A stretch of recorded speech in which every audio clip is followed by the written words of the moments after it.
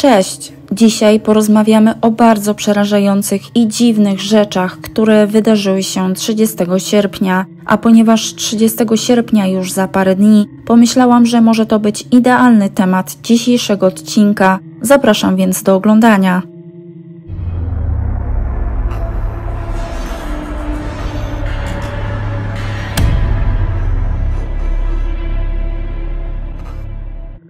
Pierwsza historia, o której będziemy dzisiaj rozmawiać, jest o chłopcu o imieniu Michael, który bezustannie ukazywał się pewnej dziewczynce w snach, a ta ostrzegała wszystkich, aby na niego uważali. Historia ta nosi tytuł Poznała Michaela we śnie.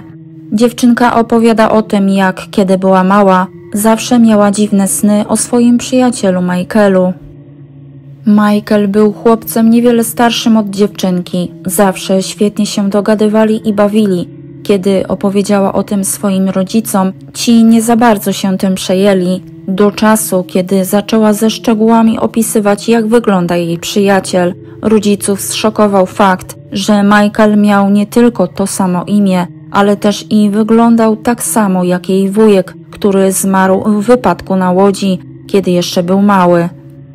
Teraz jego śmierć mści się na jej dziadkach. Co bardzo zaniepokoiło mamę dziewczynki, to fakt, iż jej rodzina nigdy nie pokazywała córce jego zdjęć, dlatego też nie wie, jak wygląda. Tak więc jak mogła w tak szczegółowy sposób opisać swojego wujka? Po kilku tygodniach rodzina postanowiła zapalić świeczki i pomodlić się, przy okazji ucząc dziewczynkę modlitwy za wujka, ale kiedy tej nocy położyła się spać, przyśnił jej się bardzo realny sen, w którym to Michael kusił ją cukierkami. W jej śnie cały czas namawiał dziewczynkę, aby wzięła cukierka i go zjadła. Ona jednak po raz pierwszy, widząc swojego przyjaciela tak poważnego, przeraziła się i zaczęła mu odmawiać.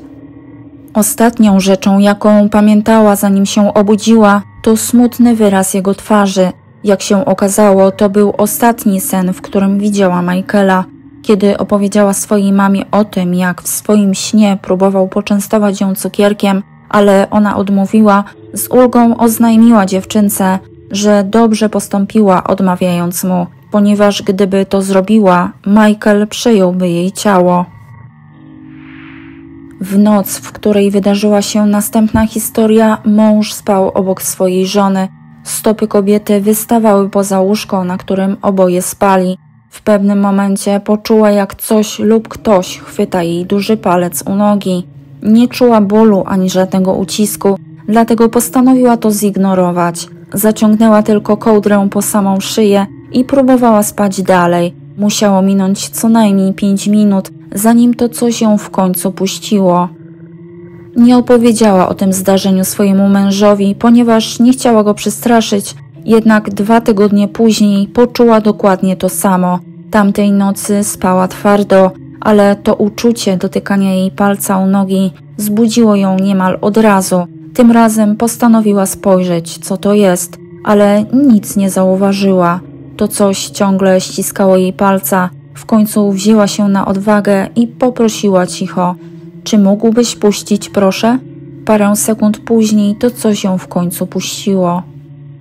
Następnego dnia powiedziała o tym mężowi, lecz ten tylko ją wyśmiał, ale powiedział także, że jeśli następnym razem spotka ją to samo, to żeby go obudziła. Minął tydzień, a to coś znów złapało jej stopę, dlatego tym razem już obudziła swojego męża. Ten rozejrzał się dookoła, ale podobnie jak jego żona, też nic nie zauważył. Parę dni później mężczyzna obudził żonę w samym środku nocy i powiedział: kochanie, to coś złapało mnie za stopę. I tak oto kończy się ta historia. Sezon szkolny tuż, a do mojego sklepu właśnie trafiły nowe wzory. Zajrzyjcie koniecznie na Kapsel. Znajdziecie tam zarówno wszelkiego rodzaju, koloru i rozmiaru piórniki, plecaki, torby, koszulki dziecięce, damskie, męskie, sportowe oraz bluzy. Wszystko w dowolnym dla Was rozmiarze. Ale to nie wszystko, ponieważ Creepypasta SK oferuje dla Was także kubki termiczne, czapeczki, poduszki, etui na telefony, magnesy, a nawet piżamy. Nie czekajcie i zamówcie już dziś i cieszcie się zakupami z logiem waszego ulubionego kanału. Gwarancja i jakość przede wszystkim. Zapraszam serdecznie. Kolejna historia mówi o mężczyźnie, który opowiada o pewnym etapie swojego życia, kiedy to mając 12 lat pewnej nocy się przebudził. Jego drzwi, które zazwyczaj na noc zamyka, tym razem były szeroko otwarte i czuł, że ktoś się mu przygląda. Kiedy spojrzał w ich stronę, zobaczył wysokiego typa patrzącego w jego kierunku. Wyglądał na zdenerwowanego, cały czas stał i gapił się na niego.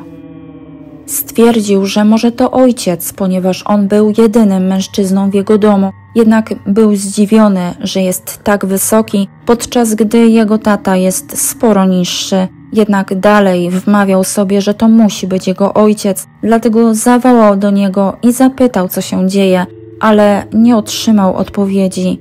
To coś tylko na niego bezustannie patrzyło. Przerażony tym zakrył się kołdrą i zaczął się modlić. Kiedy po chwili odsunął kołdrę, postaci już tam nie było, więc czym prędzej dobiegł do drzwi i zamknął je na klucz. Następnego dnia pobiegł do swojego taty i zapytał, dlaczego przez calutką noc stał w drzwiach jego sypialni i się tak na niego patrzył, ale ten nie miał pojęcia, o czym mówi. Jak myślicie, co to mogło być? Jego tata lunatykował, czego ponoć nigdy wcześniej nie robił? A może chłopiec spał i w jakiś dziwny sposób w nocy sam otworzył sobie drzwi? Czy może był to ktoś zupełnie obcy? Chłopak uważa, że na pewno był to jakiś duch albo byt. A wy jak sądzicie? I ostatnia historia, na którą pewnie wszyscy czekają i która wydarzyła się 30 sierpnia 2001 roku, nosi tytuł Ludzie na drzewach. Historia ta opowiada o 10-letnim chłopcu, który tego dnia musiał zostać sam w domu, ponieważ jego rodzice wyszli do sklepu na zakupy. To był bardzo mglisty, deszczowy dzień. Dom zewsząd otaczały wielkie drzewa. Chłopiec usiadł przy oknie, trzymając w dłoni kubek gorącej czekolady, kiedy nagle ich zobaczył. Wyglądali na niebotycznie wysokich i chudych i siedzieli wysoko na drzewach, z głowami skierowanymi wprost na jego dom. Ponieważ mgła była tak gęsta, chłopiec nie był w stanie dostrzec ich twarzy. Oprócz tego zauważył jeszcze, że ich ramiona były tak długie, że owijały się wokół pni drzew. Naliczył ich około 15 i wyglądało to tak, jakby czekali, aż wyjdzie z domu. Nie miał pojęcia, co te istoty mogłyby mu zrobić, gdyby wyszedł na zewnątrz. Chłopiec szybko odszedł od okna, chwytając za telefon, a kiedy wrócił, zobaczył, że kilku z nich podeszło trochę bliżej. Teraz przykucnęli przed domem, a że byli już bliżej, teraz był w stanie zobaczyć ich twarze. Ich buzie były bardzo szeroko otwarte, a ich klatka piersiowa poruszała się w górę i w dół, jakby próbowały coś krzyczeć, aby reszta postaci wiedziała, gdzie jest chłopiec. W końcu zdecydował, że od teraz nie odejdzie od okna z obawy, że mogą się zbliżać jeszcze bardziej. Zauważył bowiem, że kiedy utrzymywał z nimi kontakt wzrokowy, wtedy się nie poruszali.